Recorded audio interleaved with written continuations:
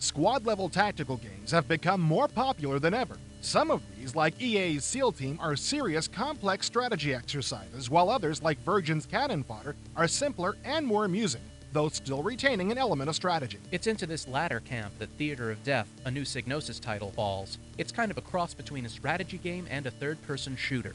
In Theater of Death, you control platoons of 5 soldiers from an isometric view in real time.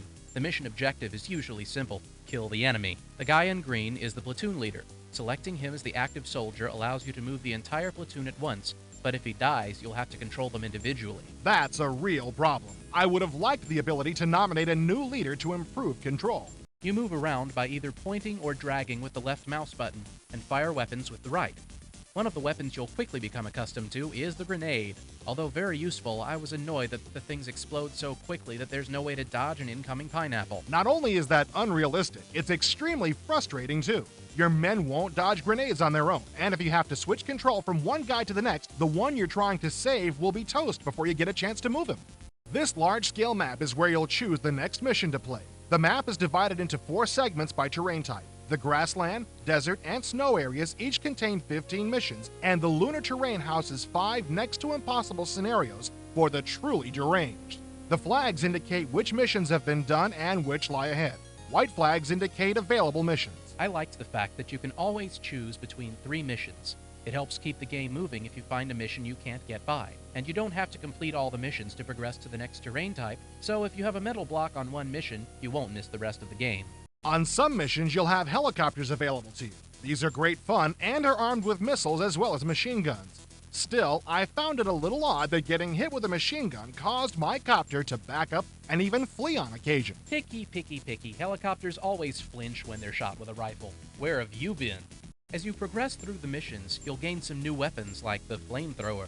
Although this device is handy for burning down trees to clear your path, their limited range limits their effectiveness in person-to-person combat. Fire is still cool, but M16s shoot much farther.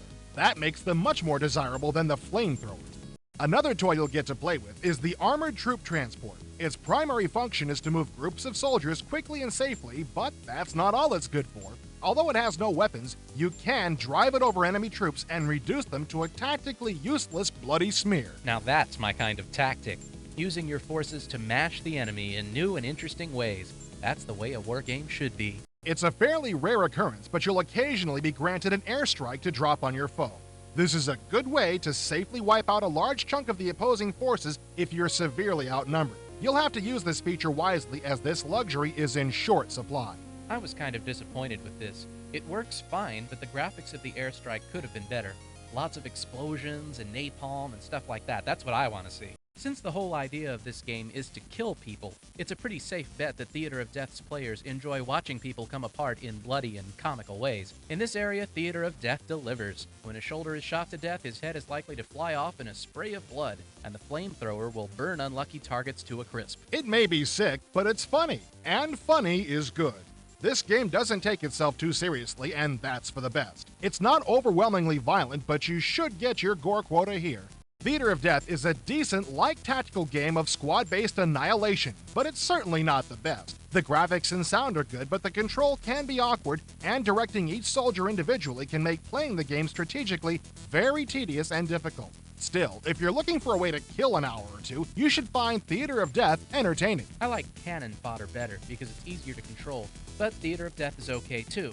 Tactically, it's a little more involved than Cannon Fodder, so fans of more traditional war games will probably like it better. It's not a major revelation, but it kept me entertained. And now a word from our sponsors. Interactive Entertainment is the world's #1 selling CD mag, and now you can have IE delivered to your door every month and save up to $60 off the newsstand price. Our reviewers give you a guided tour of the most current releases, letting you know which games are must-haves and which ones deserve a leash. As a bonus, you'll get playable demos, all the best shareware releases, complete commercial games, and all the patches the paper magazines can only tell you about, all for less than $5 a month. Call today, 1-800-56-CD-MAG. And now, back to IE.